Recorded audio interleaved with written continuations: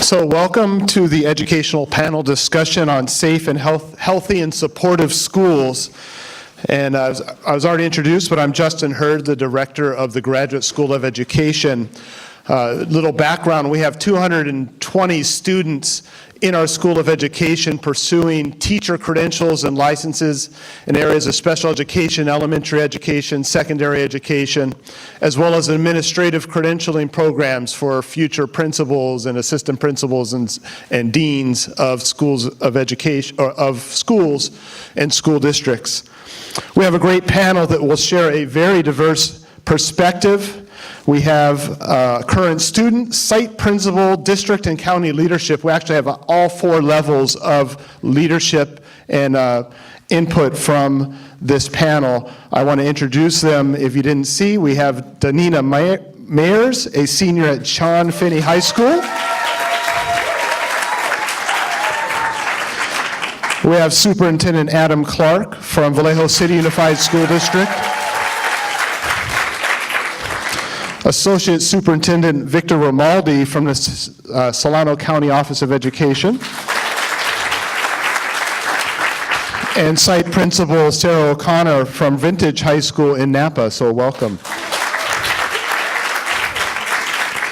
So before starting, I'd like to frame this topic and give you some context. Every day, 8 million children go to school in California. They're supported by 300,000 teachers. And in fact, if you look at the population of the United States, 3% of the population in the United States is going to school in California. That's a huge number. And schools are the center of the community. It is where everyone comes together. You probably have a friend, maybe a friend sitting next to you, that you met at school, a lifelong friend, and you wouldn't have met them until they sat down in class with you. And sometimes it's easy to forget that being a youth or a teacher or an educator is tough. The stress and pressure is immense, and there are many factors influencing a learning environment. You all remember being a kid, right? Am I cool? Am I dressed right? Do I have any friends? Does anyone like me? Where am I going? What am I doing? What's this world? What's going on? That's life every day. A lot of stressors. And as you know, many of you are educators. As you hear and learn strategies and ideas to support a positive social and emotional environment, I encourage you to take action. Do something. Try a new strategy in your class or working with youth. We have to, because we have to improve the services for youth. You can save a life, and you will certainly have a positive impact. Why take action? Nationally, in 2015, 8.6% of high school students made a suicide attempt. 8.6% of high school students made a suicide attempt. In 2017, 22% of middle school students report being bullied. 12% of students reported having hate-filled words or actions against them, and 27% experienced or saw hate-filled graffiti at their schools. 23% of students in high school reported they were in a fight. This is nationally. And we saw, and you have some data on weapons on campus and violence and gun violence. And that's tough data to hear, but it is important to know. And before we start the panel, I want to give you good news. Due to more teacher training and teacher standards on social and emotional needs of students, an emphasis on equity and restorative justice and practices, an honest assessment of the data and the needs for all students, every one of those categories has improved in the last 10 years. There's a lot of effort in these areas taking place. Of course, we're not happy with one instance of violence on a campus or a suicide or a death. None of us are. So we're going to keep thinking about how to solve this problem.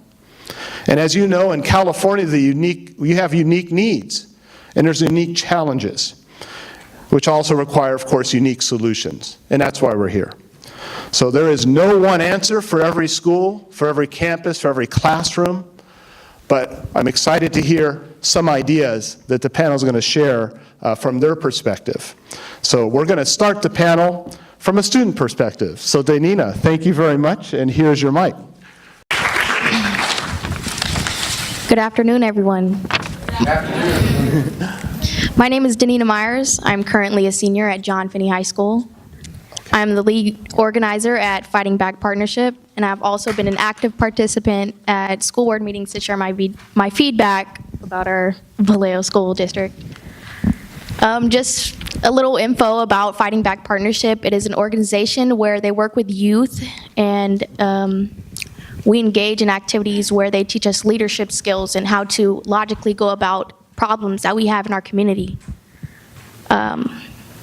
I firmly believe that some of the issues I'm going to discuss are interrelated to the attendance issue that we have, and now the only problems that can be solved are the ones that are recognized.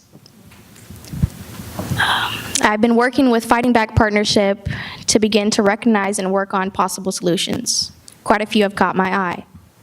I think the biggest fear in the back of everyone's mind right now is a school shooting. It is something that has been happening all across America in 2018. I've seen on social media that some schools are preparing by simply supplying every classroom with a bucket, hammer, and rope. I've also seen on social media that some schools have set up a separate alarm system to pull if there is an active shooter on campus. I think that we can start to address this issue by just simply creating a safe, something that, a plan for if there is something like that to happen in the Vallejo community or on a school campus. I think that every campus should have something prepared for something like that. I know something similar, it is something similar to a fire alarm system. I know that not too long ago during the school year, some students at American Canyon High School were stabbed while school was in session off campus. To prevent something like this, we need to be extremely conscious during critical times such as break and lunch. I also wanted to touch on the subject of emotional health. It is equally as important as physical health. I know that students who suffer from bullying, depression, or anxiety tend to isolate themselves, which could be affecting attendance. Some kids who are bullied do not speak out because the snitches get stitches phrase. But if you see something, you could speak up for them. I also wanted to touch on the subject of suicide prevention. I know a couple of years ago, a kid hung himself from a Vallejo Park tree. We need to do more to support those suffering with mental health issues, such as more access to psychologists and/or counselors.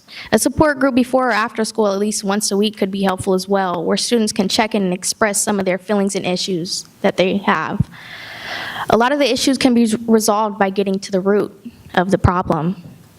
Many students do not have a lot of support at home. Some even have drug addictive or mentally abusive parents.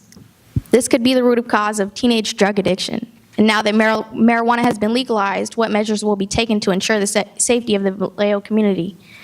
If the youth spends more time engaging in positive and productive activities, the less time they would have to get into drugs and/or trouble. We should have more career, training, internships, and activities to prepare the Vallejo youth for college and try to ensure the success of the Vallejo youth. The more time spent doing something that is productive, the less time that is spent doing something that is destructive. Just a little food for thought.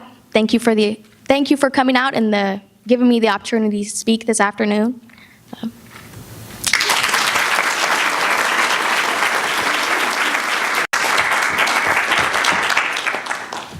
Thank you so much for sharing your thoughts and your experiences. My name is Adam Clark, and I'm the superintendent of the Vallejo City Unified School District. And it's a district that has a reputation of being a place where students are not safe. So I'm going to talk about a few things, but I will circle back around to what's currently taking place in Vallejo. So I think as the leader of a school district and an educational leader, my experiences are always with me. And it's really who I am and what has shaped my beliefs. And so to share just a little bit about my experiences, it has to be when I was a young person growing up. And I came from a middle-class home. Both my parents were educators. I never wanted for anything, but I had many challenges at school. And probably my biggest challenge was my temper and fighting. So I fought all through elementary school, middle school, and high school. And I'm here today because guns were not as prevalent when I was coming up in the 80s as they are now.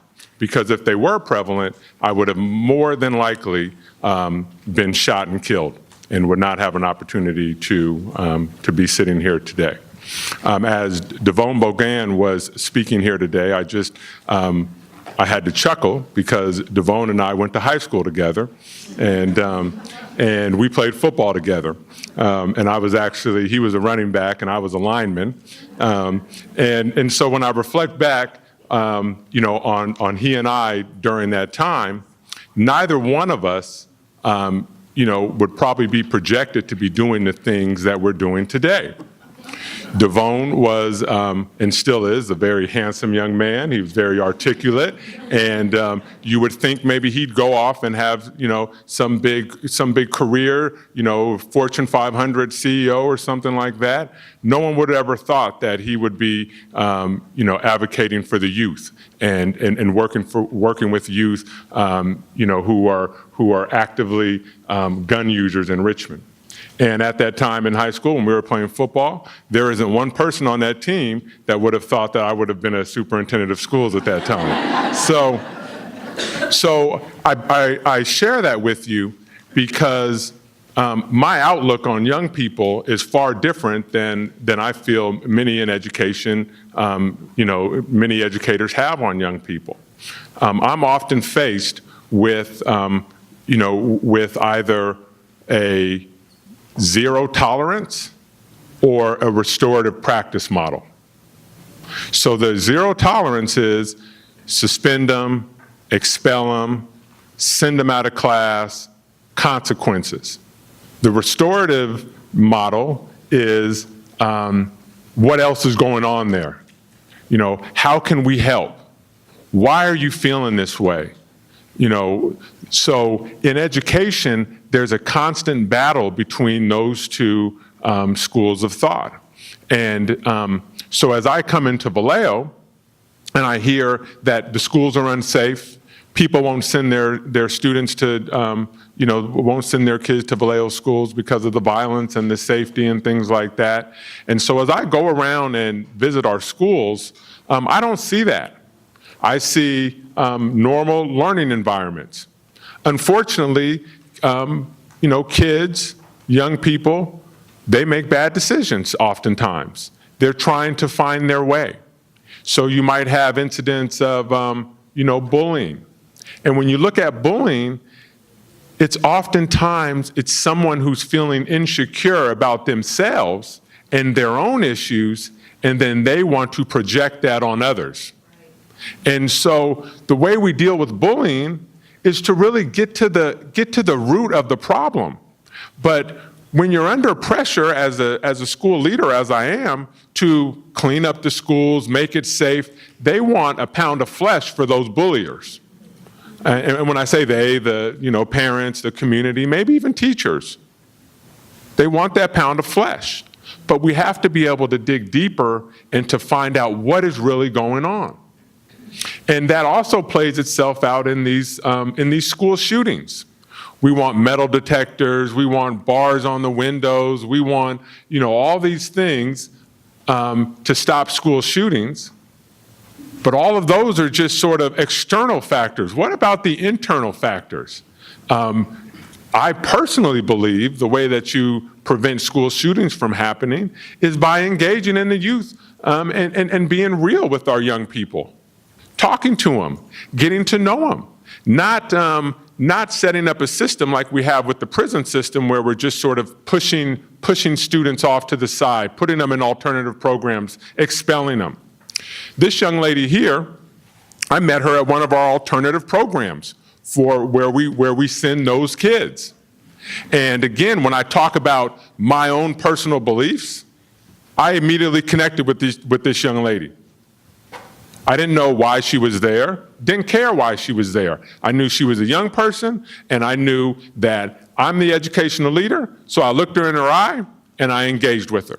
And we started talking, and and here she is today. Not that I am the result of that, but that's how I look at engaging with our young people, is I wanted to talk to her. I wanted to, hey, how's it going today, right now? I didn't judge her. I didn't look at her with, oh, this is a kid who's bad and she's in this program and I'm here to make sure that she's being punished correctly and things like that. There was none of that in my vision when I saw her. I saw her as the student who I'm responsible for. And when I go to her school, I tell her colleagues, her classmates, I say, I'm here to represent all of you.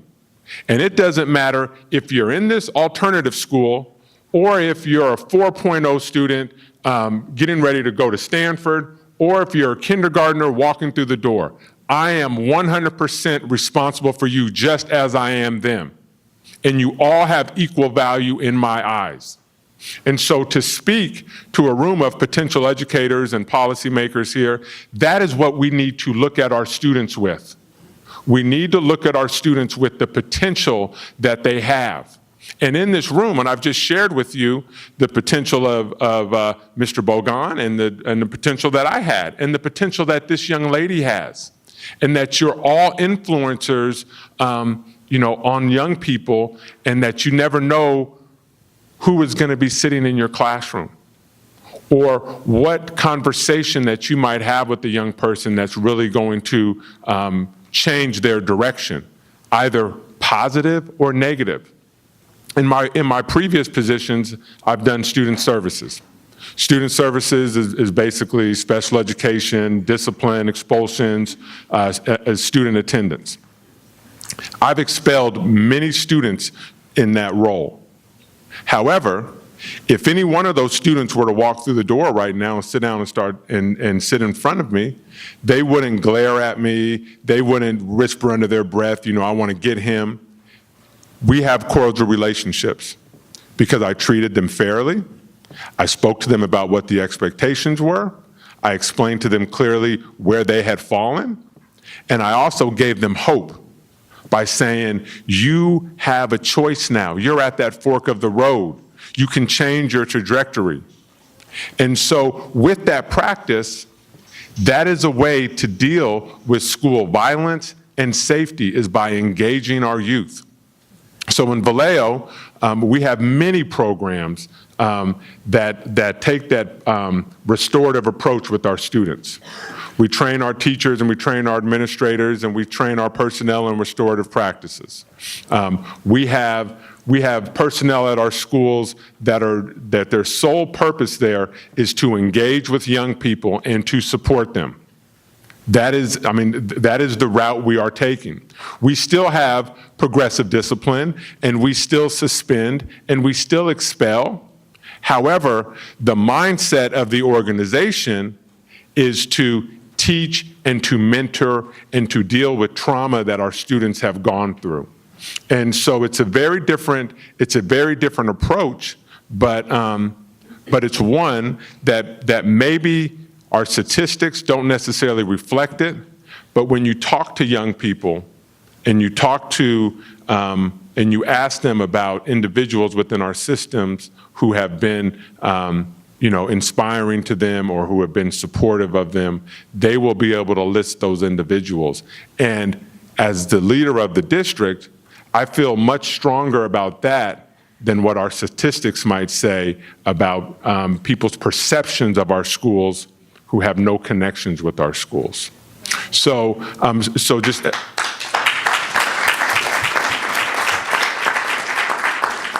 just as we continue these conversations about student safety and school safety, what the young lady said is absolutely correct. There are some things that we have to address: attendance, academics, engaging our young people, talking with them, making sure that they know that as educators, our sole purpose is to support them not to deal with our own fears and biases and experiences. So with that, I'll let other panel members share their introduction. Thank you.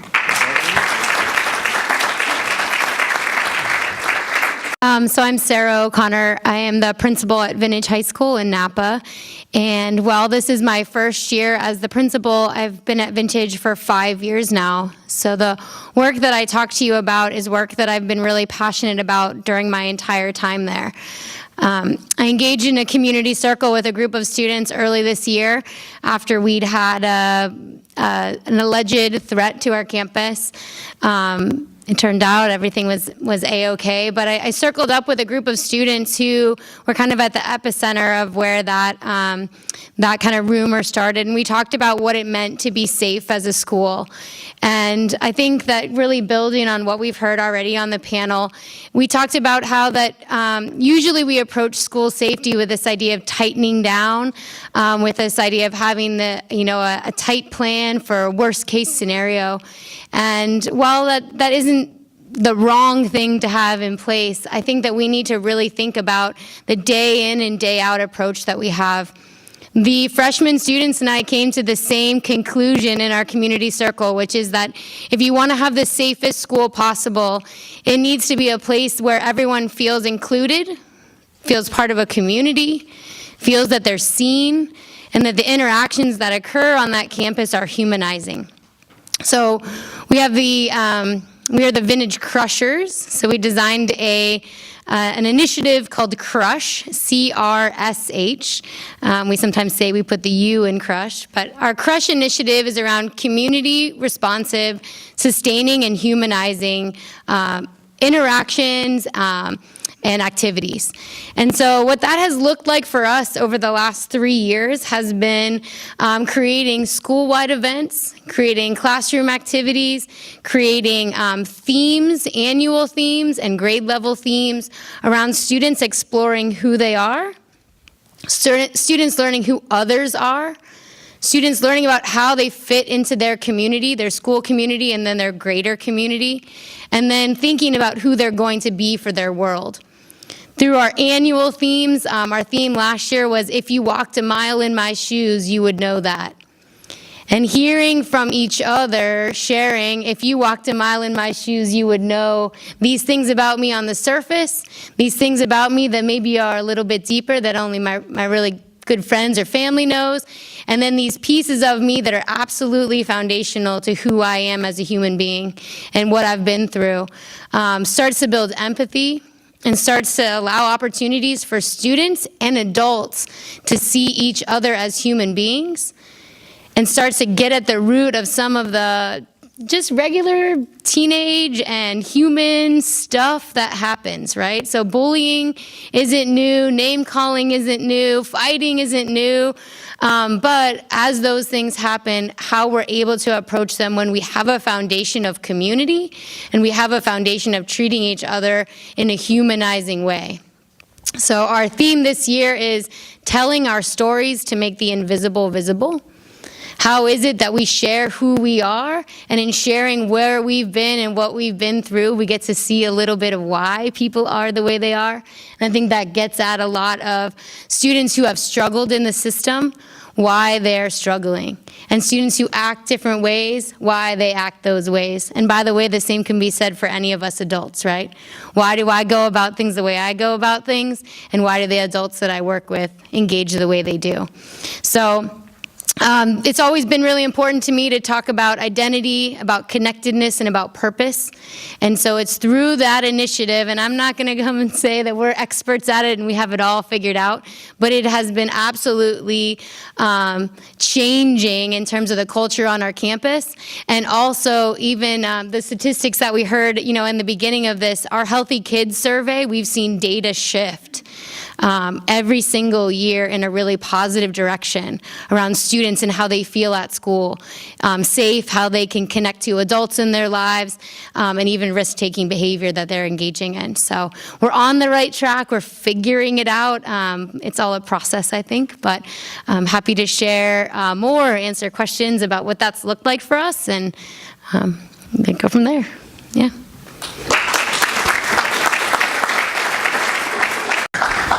Good afternoon. My name is Victor Romualdi, and I work for the Solano County Office of Education. Some of you may not know what that is. I didn't either at some point. We essentially, our primary role is to support school districts in doing what they need to do. So we provide professional development. We work on grants that we share with districts to implement initiatives.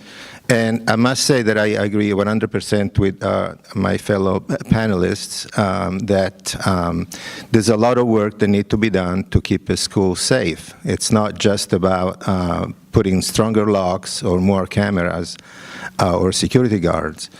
One thing that we've been promoting in the districts in Solano County, we have trained in over 70 schools the leadership team on how to implement positive strategies to address behavior.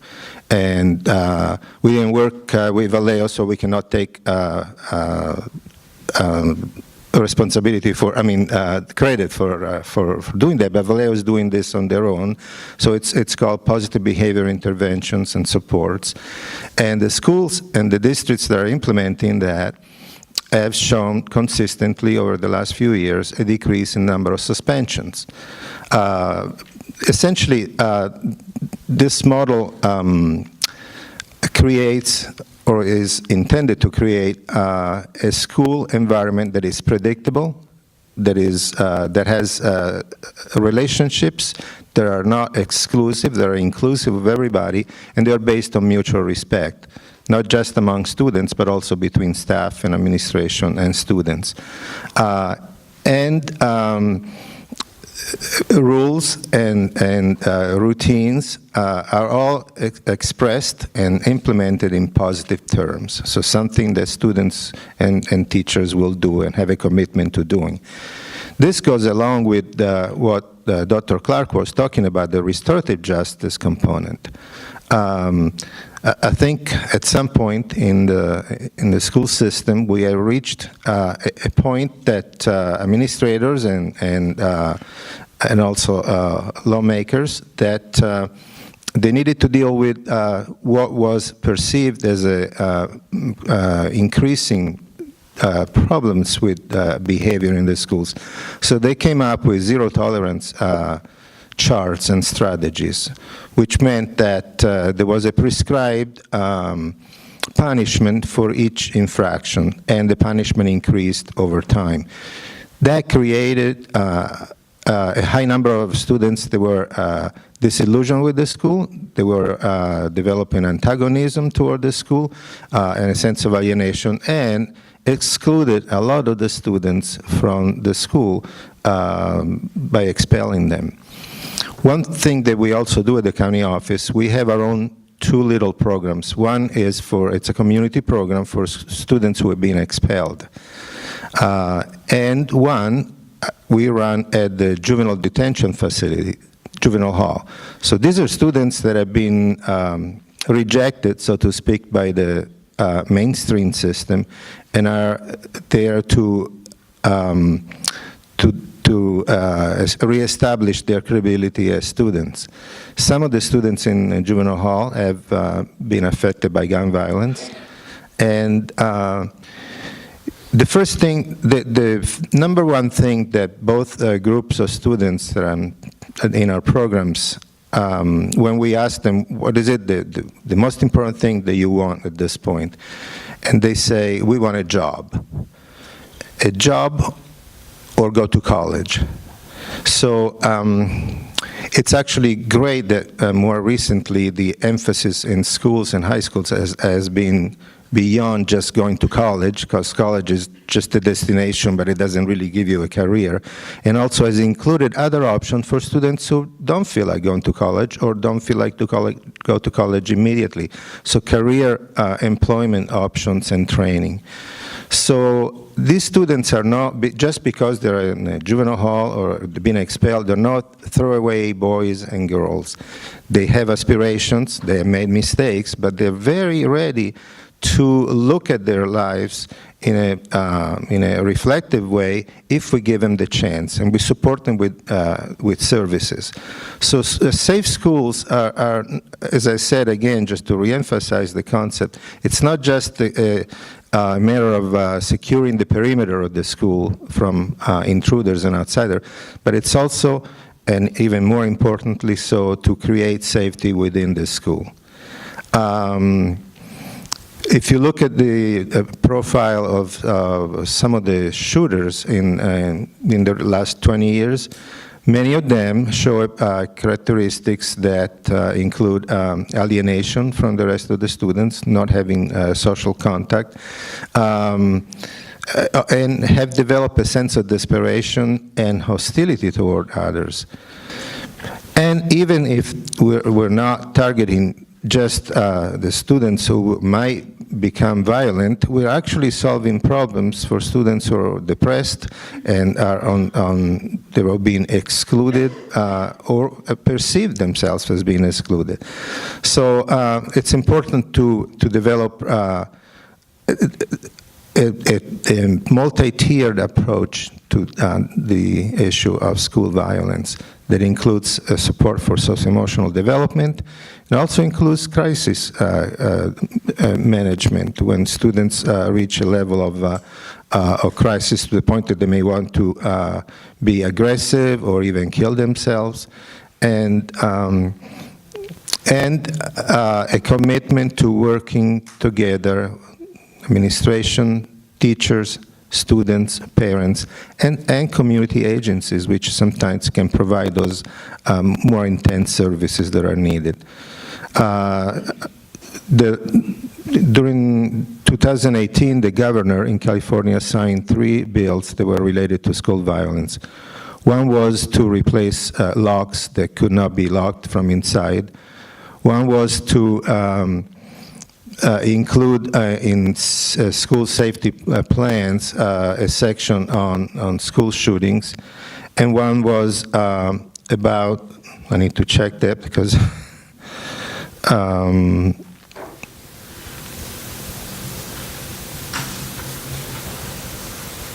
that parents and teachers and students should be notified twice a year about mental health options for to recommend students to that could be used for students in crisis.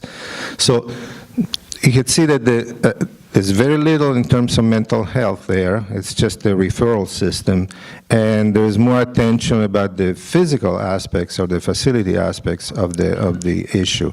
Not to say that proper locks are not important, but it's important also to develop an understanding and an emphasis and a commitment to address the socio-emotional psychological issues that may be at the basis of school violence. Thank you very much, all the panel members. And if you're not a teacher or educator, it's really hopefully impactful to hear what's going on in the schools and how youth are being supported and what we're thinking about in terms of safety and a supportive environment. So I'm going to try to keep us on track here, but we do have 5 or 6 minutes if there's a specific question for the panel from one of the audience members. Okay, and we have to do the questions on the mic so they're recorded officially, so here you go. So thank you all so much for your time today. I'm the Dean of the College of Education and Health Sciences, and we really appreciate, especially our student leader that's here that give your experiences, but we appreciate all our principals and superintendents. I'm a former teacher, so I completely, and I focus on socio-emotional positive development children in my research too. But with that said, how can we as Touro University, California, as Cal Maritime, as Solano Community College, as as faith-based partnerships, fighting back, community members, how can we work, and in Napa too, because we have relationships in Napa, how can we work with you all to make safer schools and wraparound services, the Kaiser, Vallejo, Sutter?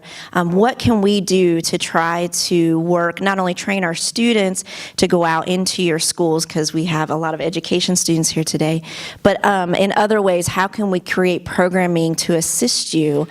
So if you could give maybe an example of that. It's a big question, so.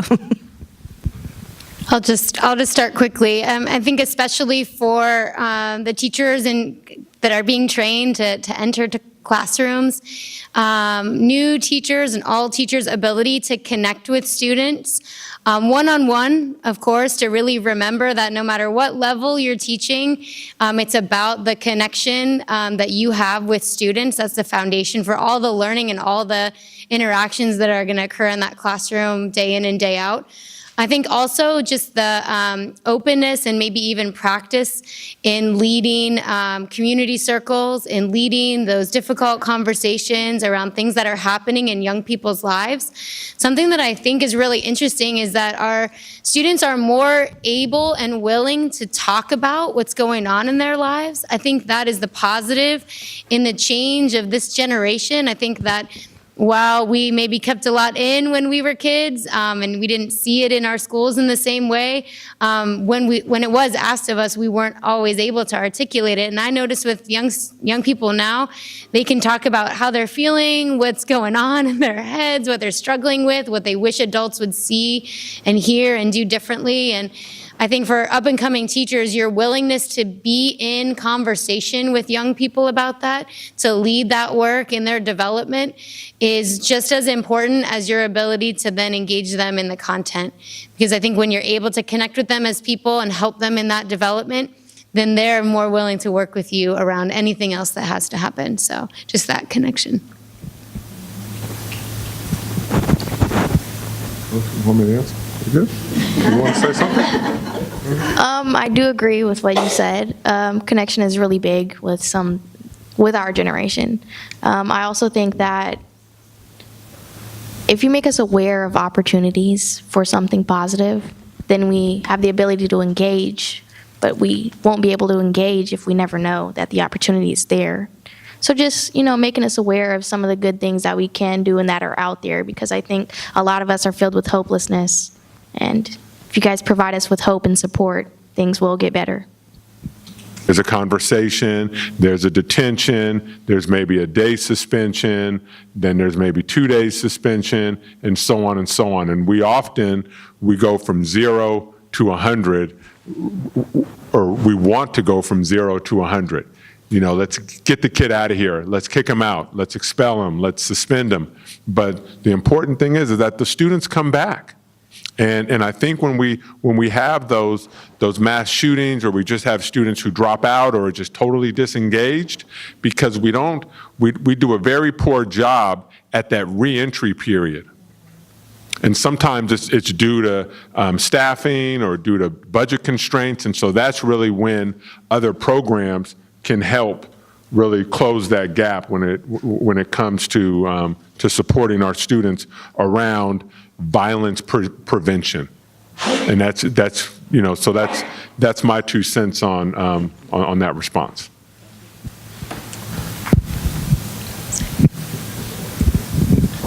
Just very quickly, from a practical perspective, I know a lot of schools are beginning to train their teachers in mental health first aid, which doesn't prepare them to be counselors, but it prepares them, or it trains them to be in a better position to see signs of in students that may require attention or intervention, so on, further inquiry.